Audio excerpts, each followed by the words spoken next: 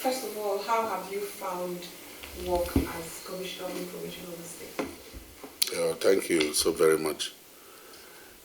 Well, as a Commissioner for Information, Cross River State, I tell you the truth, it wasn't just like easy for me. When I got that portfolio, first of all, I thank God actually, and actually, thank Senator Prince Basededo too for actually giving me the opportunity.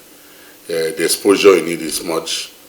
The reputation in it is much. The job actually for me was just to disseminate information, build back most of our media outfits that are grounded and out, and then at the same time propagate government programs and policies, to the world, so that I keep people abreast with what His Excellency and His administration is actually doing across the state.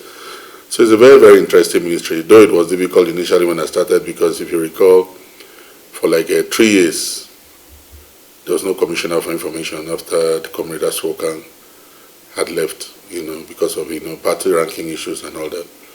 So we had issues with cobwebs, we had issues with dealing with no staffs, we had issues with dealing with no tables, no chairs and all that.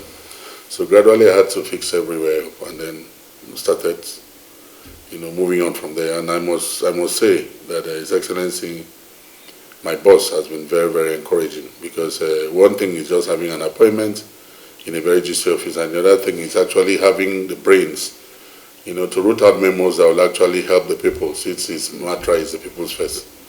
And in that way, he has always encouraged. I go with very reasonable memos to him. He wonders how I do it. He approves them, and then work starts.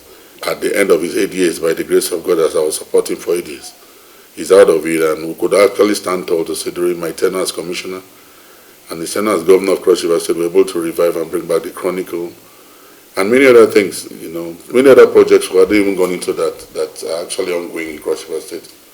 So I think at this point in time where life was so difficult, things were so tight for us in Cross River State, he was God sent. Little he actually bettered the state as God's own state. We call it Governor Jesus as the governor of Cross River State. So in everything we do today, once God is first before every other thing, I think you'll be able to thrive. So it was a difficult one for me from Commissioner for Information, which I kind of almost felt very bad. But I'm one of the, I think, top-notch, happiest commissioner. It's exciting even after some media tours, after propagating government programs and policies to the world. I get a lot of commendable calls. People encourage me. You're doing well. You're showing the state out and all that. Wow. And I have the opportunity to actually mix with high-class persons. 2 days ago, I actually came for the Spokesman Summit. And I was opportune to meet the likes of the Labaran Maku, Frank Weke Jr., former ministers of information, and even the present information minister invited me to his office, and I had a very good time with him for like 30 minutes.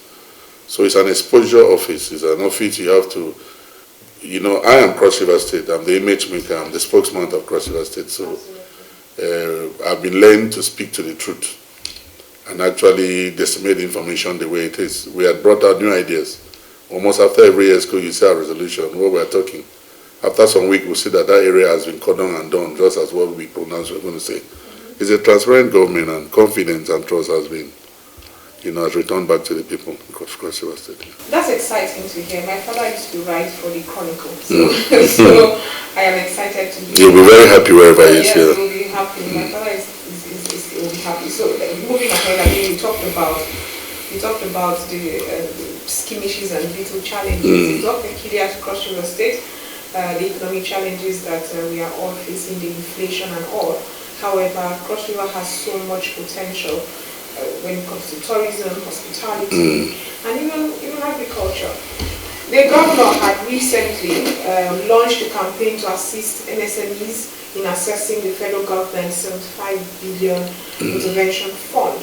So my question now will be what's in place to ensure that these funds reach the intended beneficiaries, especially in underserved communities?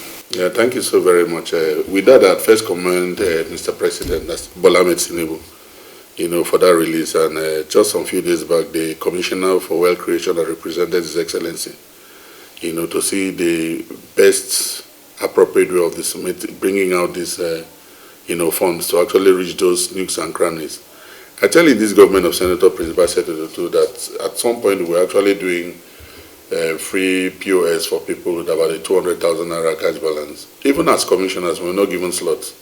It was very obvious that actually go to your village, pick that very vulnerable person and give the person.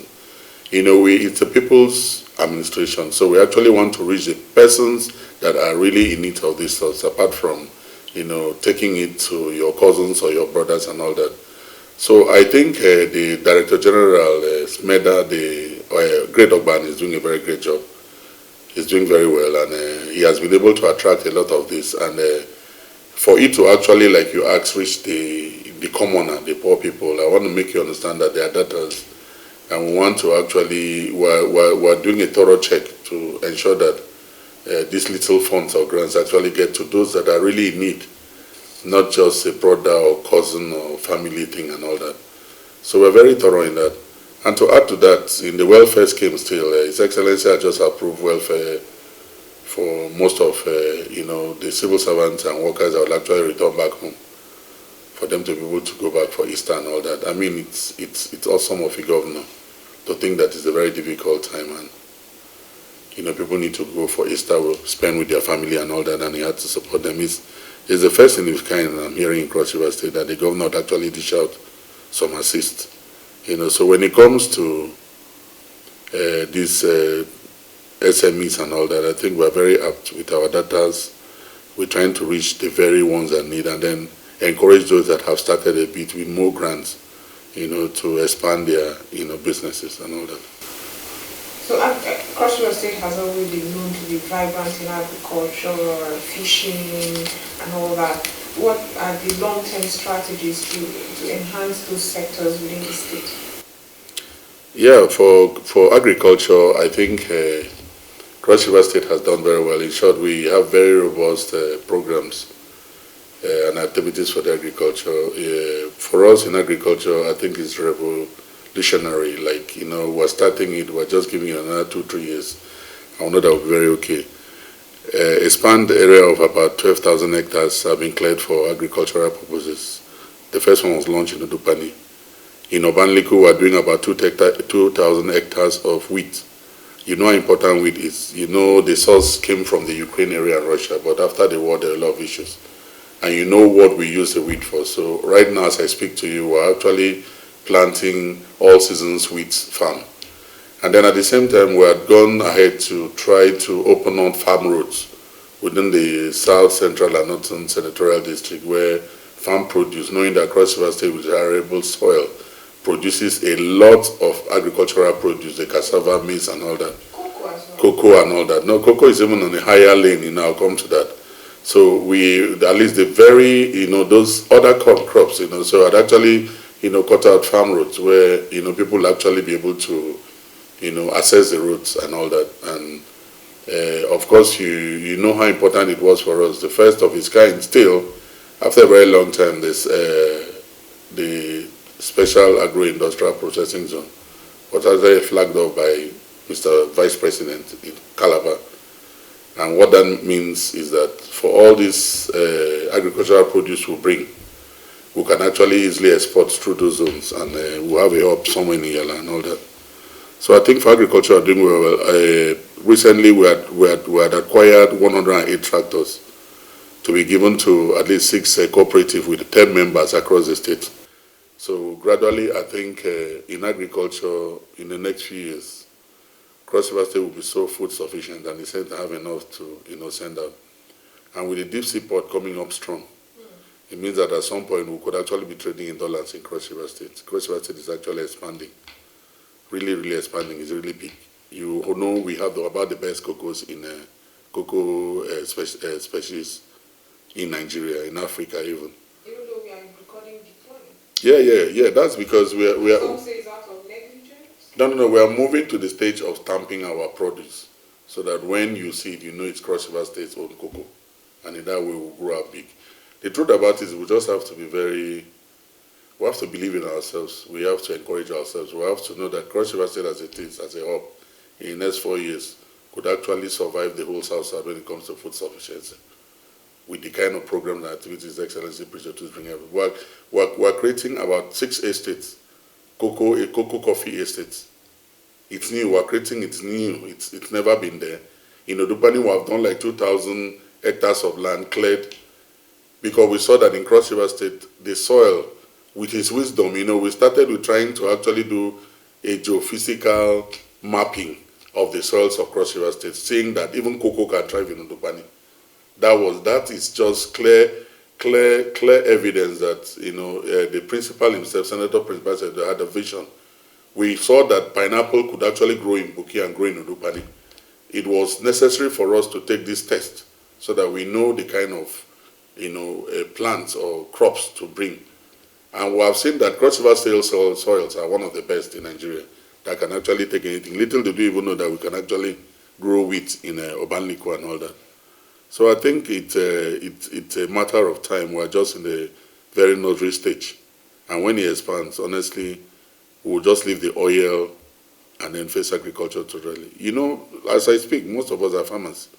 I'm from the Central Senatorial District. Most of us have cocoa farms and all that. So we see that we're trying to diversify to where we can actually produce it and actually give out to. So I think our agricultural policies and programs are very up. Okay, before we leave the agricultural sector, I'd just like you, beyond cocoa, what we're doing to diversify. I'm happy you mentioned pineapple.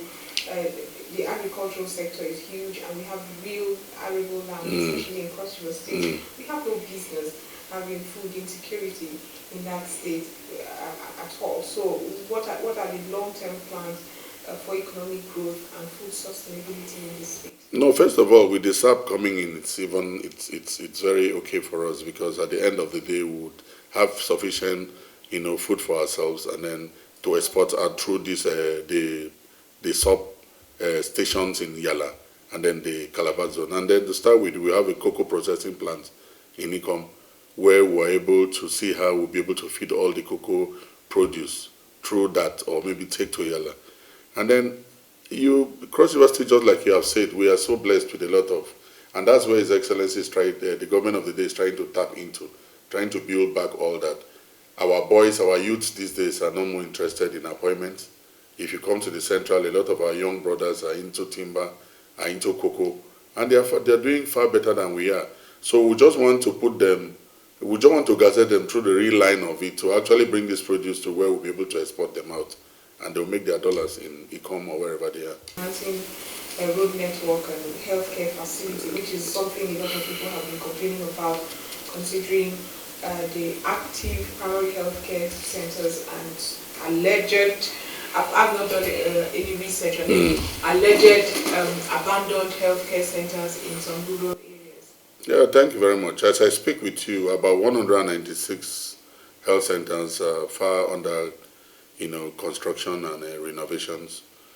As I also speak with you, we actually launched a program through a consultant, IPAC, that actually sends laptops and bikes to each of these wards and health centers for data collection and quick data collection, storage and all that for health issues and all that.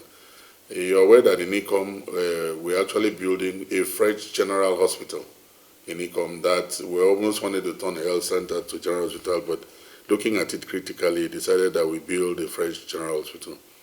And we have drones.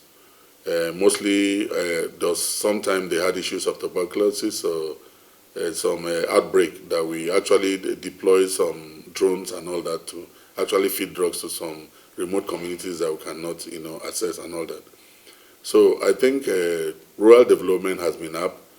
Electricity, we're tensioning a lot of broken down wires, replacing some transformers, at the same time putting up, working on some transformers in some substations electrically, and then you see that even if with the solar lights issues, we have been able to, purchase a lot of solar lights in the Central, try to make everywhere very, very bright. And, since we're actually moving out from the strong diesel generator issues to, cleaner energy and all that, we are going ahead to, first phase of bringing Cypro bikes, electric machines, for empowerment and, for easy access movement from, the rural areas, to bring farm produce out and all that. And then a lot of roads. If you talk of roads, I think I will commend His Excellency to be one of the best in Nigeria. I wouldn't be very specific of the number of amount of kilometer of roads we have constructed so far, but I want to tell you that through ECOM, the Central, Aboinco, through all that, those areas of Ogeb and all that, the internal roads have well been done. We took an inspection of the areas and we're very impressed with what the contractors are doing. And then there are some areas that have been unpassable in Calabar South, where if you go there now, you see that those roads have been done and well countryside. Because for us, we decided to start using the concrete style of, amending roads. We put it as a test drive. And it's working very well for us because considering our terrain is kind of waterlogged. About a year, and it's not up to 2 years yet. We still have, by the grace of God, 4 years. And by the grace of God, 8 years. So I think the speed of just about a year and for 196, it's fine because we're not just doing any shabby job to, make a place look like you can just. We're trying to actually put facilities, put, the quality and quantity of drugs that are expected of a real center.